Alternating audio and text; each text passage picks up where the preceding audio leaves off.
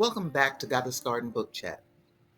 Thank you for enjoying the reading challenge journey so far. 28 books, 28 days, and I've been doing review after review after review. I feel richer for the experience, as I hope you do too.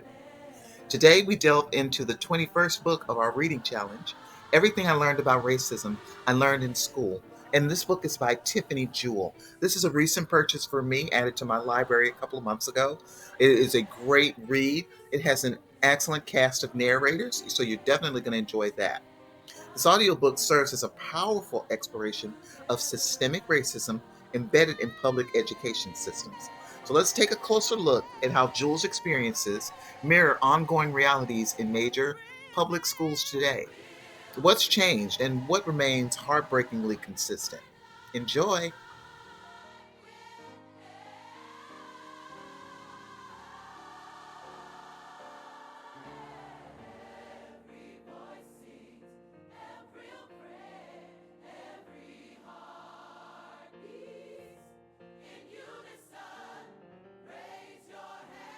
I am so glad that it's my turn to bring a little heat to the conversation. Let's not delay, cuz this hit different.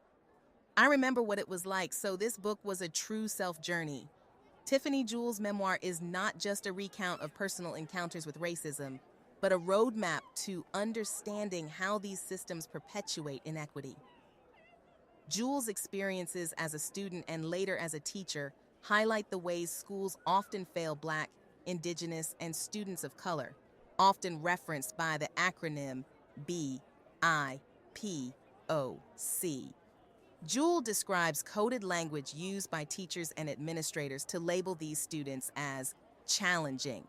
This includes how the students' resource disparities and punitive disciplinary practices that disproportionately target Black students are often used. Jewell's narrative shows how these practices contribute to what's commonly referred to as the school-to-prison pipeline.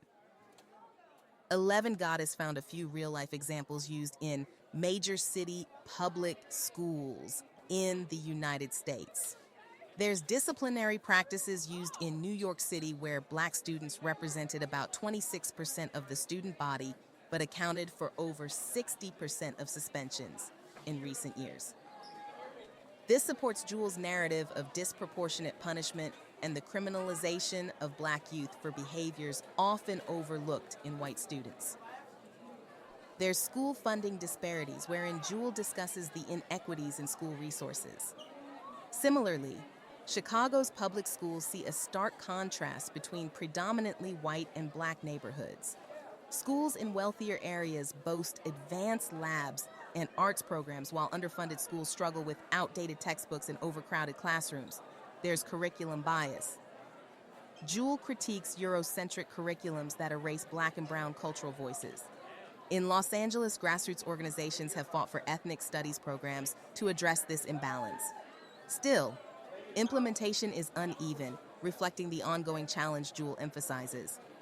While some progress has been made, such as restorative justice, initiatives in Oakland, or ethnic studies mandates in California, these efforts are often localized and insufficient.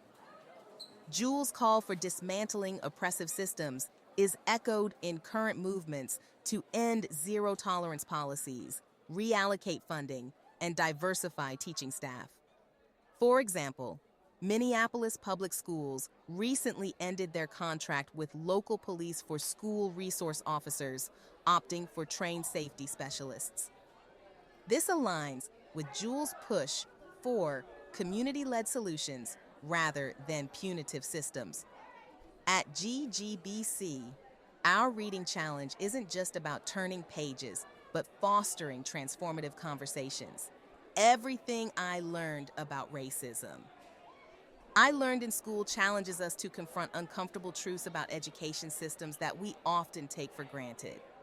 The overarching goal of this read is to empower us to recognize systemic inequities and advocate for change within our communities. Jewell's work is not merely an account of what is, but a vision of what could be. It's a rallying cry for educators, parents, and students to reimagine schools as places of equity, inclusion, and empowerment. Thank you for joining us for this insightful deep dive into everything I learned about racism I learned in school. Stay tuned as we continue our reading journey, exploring works that challenge, inspire, and connect us. Until next time, this is Goddess Garden Book Chat, where every story blooms into a conversation.